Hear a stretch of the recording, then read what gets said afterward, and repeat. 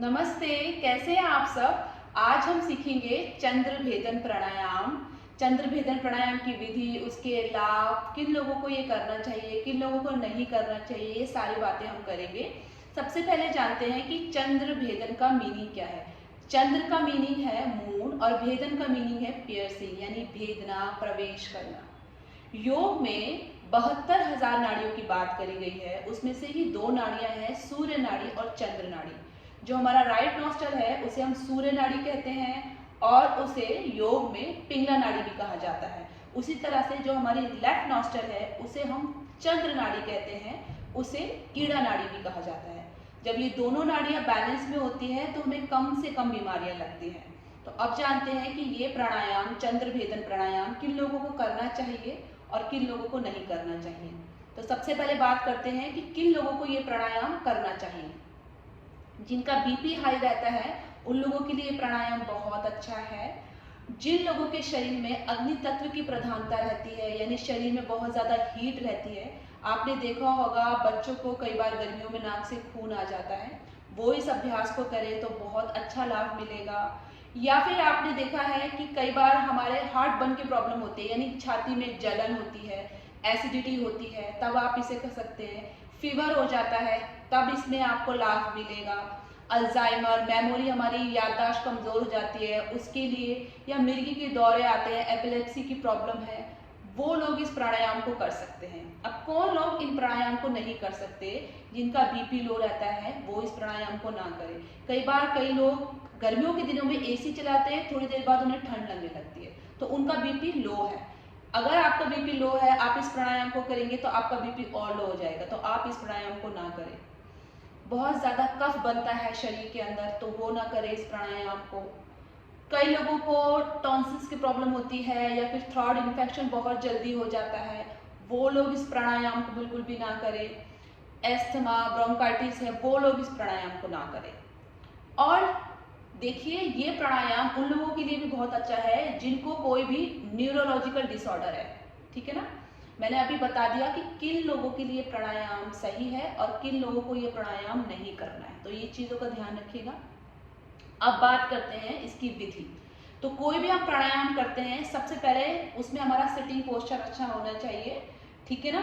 आपको पूरा body relax करके और सीधा होकर बैठना है, जो स्पाइन का नेचुरल कर्व है, और ब्यूटीफुल स्माइल आपके फेस में होना चाहिए, क्योंकि ये आपकी स्ट्रेस को भी रिलीज करता है। तो बिल्कुल काम, रिलैक्स, एक एनर्जेटिक आप फील करेंगे। तो उसके लिए आपको सही पोजीशन में बैठना है, कंधों को झुका के, पेट को अंदर करके बैठेंगे, बैड अलाइनमेंट आपका होगा।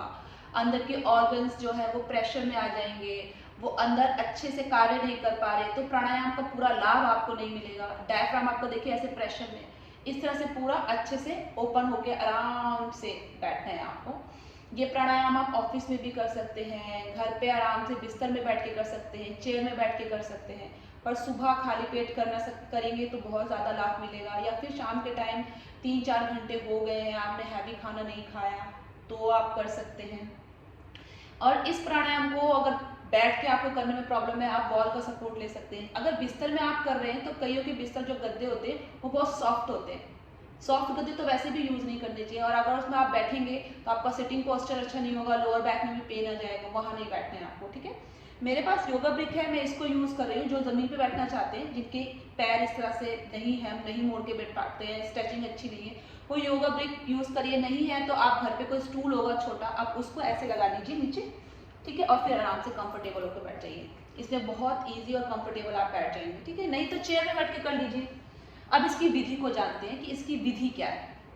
तो इसके लिए सबसे पहले हम अच्छे से पूरा सही अवस्था में बैठ जाएंगे। उसके बाद उल्टे हाथ से हम ज्ञान मुद्रा बनाएंगे। इंडेक्स फिंगर और थंब फिंगर को मिला लेंगे और हाथ को यहाँ रख देंगे। अब दूसरे हाथ से हम बनाएंगे विष्णु मुद्रा। विष्णु मुद्रा के लिए अंगूठे के साथ की जो 2 उंगलियां है, इंडेक्स फिंगर और मिडल फिंगर, उसको ऐसे मोड़ लेंगे, ठीक है। देखिए, ये है विष्णु मुद्रा। विष्णु मुद्रा आपसे नहीं बनती है तो वायु मुद्रा बना लीजिए।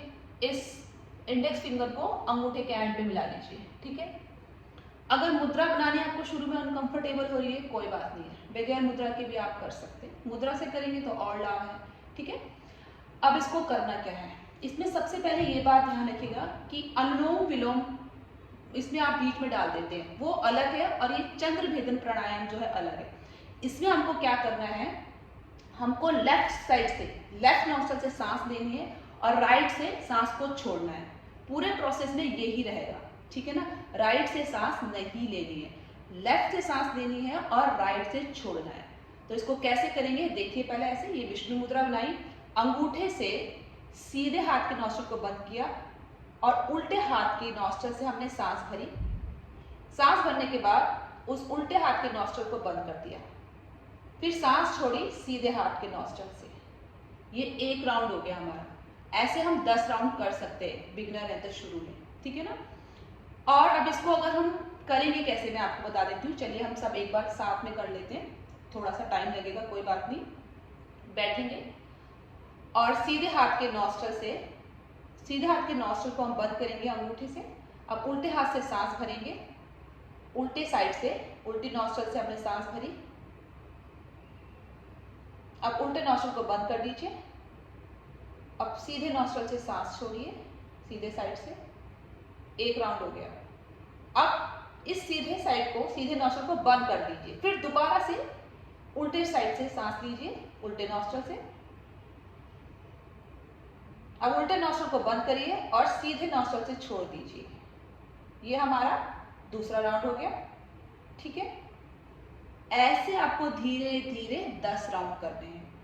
अभी इसमें हम रेशो का भी ध्यान रख सकते हैं। रेशो क्या होता है, देखिए, अगर आप रेशो को करते हैं तो और आपको और अच्छा फायदा मिलता है। तो बिगिनर हैं तो आप 3 और 6 का रेशो रख सकते हैं। यानी कि जब आप सांस ले रहे हैं, होंठ आपके बंद रहेंगे, सिर्फ नाक से ही सांस लेना है और सांस छोड़ना है आपको, ठीक है। जब आप सांस ले रहे हैं तो मन में काउंटिंग करिए, 1 2 3। सांस छोड़ रहे हैं तो काउंटिंग करते हुए 1 2 3 4 5 6, यानी जितना आपने सांस लिया उससे डबल छोड़ना है। 3 काउंटिंग तक अगर आपने सांस लिया तो 6 काउंटिंग तक छोड़ना है। ऐसे धीरे धीरे आप रेशो बढ़ा सकते हैं। पर आप बिगिनर हैं तो बगैर रेशो के या फिर 3 और 6 का रेशो लेकर आप कर सकते हैं। ये हुआ इसको करने का पहला तरीका।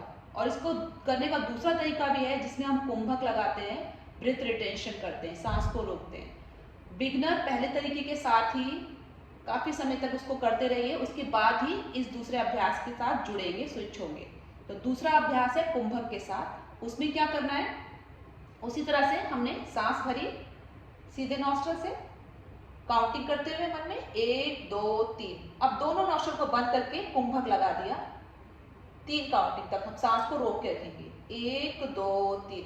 अब फिर उल्टे नॉस्ट्रल से डबल, 1 2 3 4 5 6, सांस को छोड़ दिया।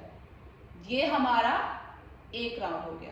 इसी तरह से आप इसके 10 राउंड कर सकते हैं, ठीक है। चलिए 2 राउंड हम इसके कर लेते हैं फिर से।